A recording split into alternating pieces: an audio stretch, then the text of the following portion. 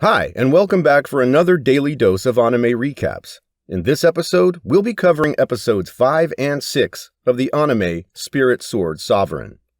But before we begin, don't forget to smash that subscribe button and hit that bell button so you never miss an update from us.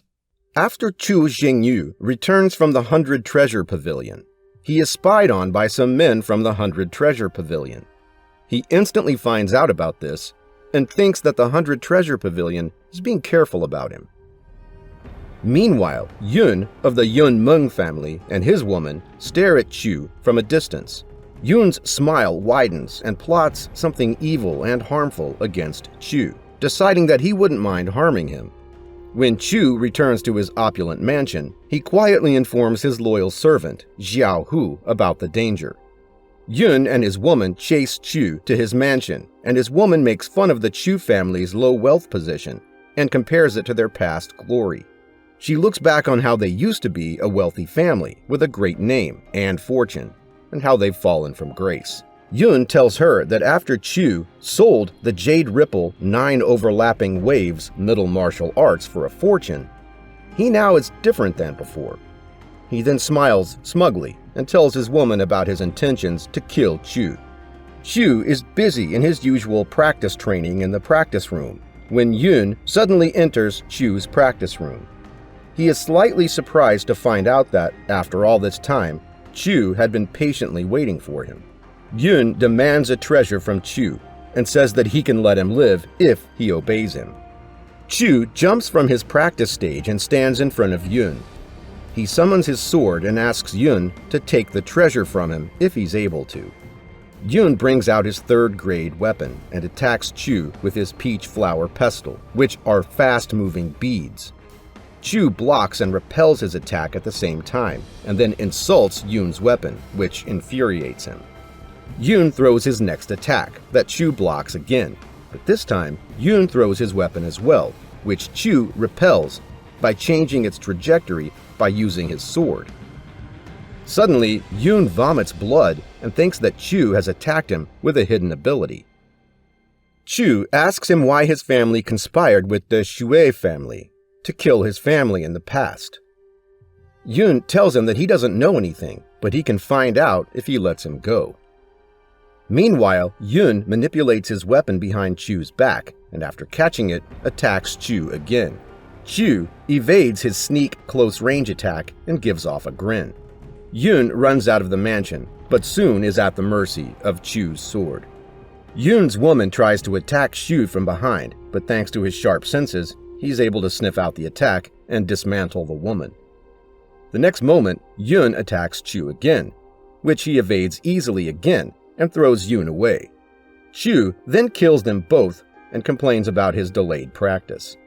He returns back to his practice and wonders about the need for medicine for cultivation and martial arts, and then thinks his new martial art named Wind Thunder Sword Technique has an upper spirit grade. He brings out his 4 shadows and then hits his thunder sword at a pillar, releasing a big shockwave and gaining a breakthrough to 4th grade. The next morning, he sees Lu waiting for Chu outside.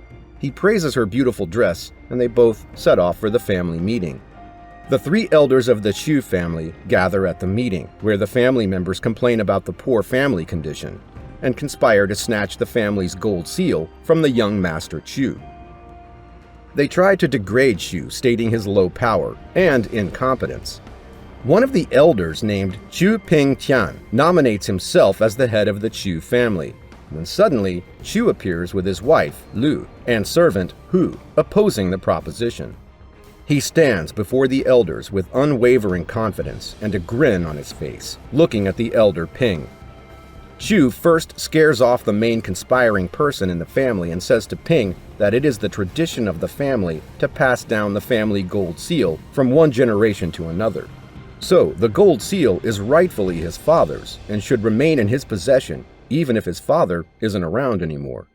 Ping makes an excuse by saying that the family's status dropped because of the disappearance of Chu's father, and he announces that Chu is to be blamed for this. He then says that Chu isn't even worthy to have the gold seal anymore. Chu asks the elder Ping how much fortune he can gather for the family in a year. Ping says that he can earn 100,000 silver in a year easily. The other family members think that it's a promising amount to update the family's status. They agree to nominate the elder Ping as the master of the family. However, Chu gives off a sarcastic grin and shows everyone a box filled with 30 pieces of Lingxi diamonds. When the family sees the Jingxi diamonds before their eyes, they think they're dreaming, as they haven't seen actual diamonds before.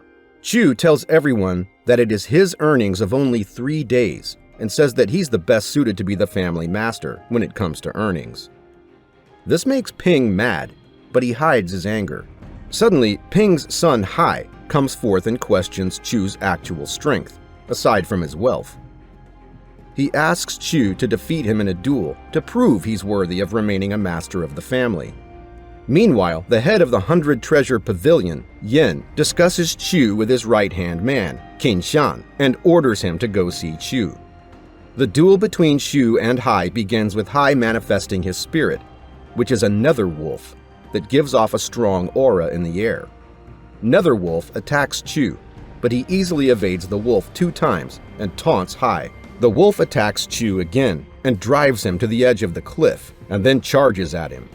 Chu finds momentarily trouble with his position but takes care of the wolf soon. However, suddenly, Hai attacks him from behind, causing him to fall on one knee. Chu regains his confidence but acknowledges Hai's power and strength to be greater than him. Hai and his wolf both try to attack Chu again, but he uses his extraordinarily fast agility and injures Hai easily. Chu demands Hai accept him as his master, which makes him mad. Ping asks Hai to stay away from Chu and demands that Chu hand over all of his belongings to him, as he sees something wrong with the sudden improvement in his battle powers. Chu accuses Ping that he wants to steal everything from him, which makes Ping even more furious. He calls out all the guards and orders them to capture Chu. The guards surround Chu, but he easily drives them away. Hai then brings out his nether wolf once again, and this time threatens to kill Chu. Chu disappears from his place and moves like thunder. The next instant, he has killed Hai. He calls it self-defense and then absorbs the powers of the nether wolf. When Ping sees his son dead in front of him, he loses his temper and summons his cold gun powers to kill Chu. He throws a powerful attack at Chu, but an unknown person suddenly appears and reverts Ping's attack back at him, all the while saving Chu from the attack. To be continued.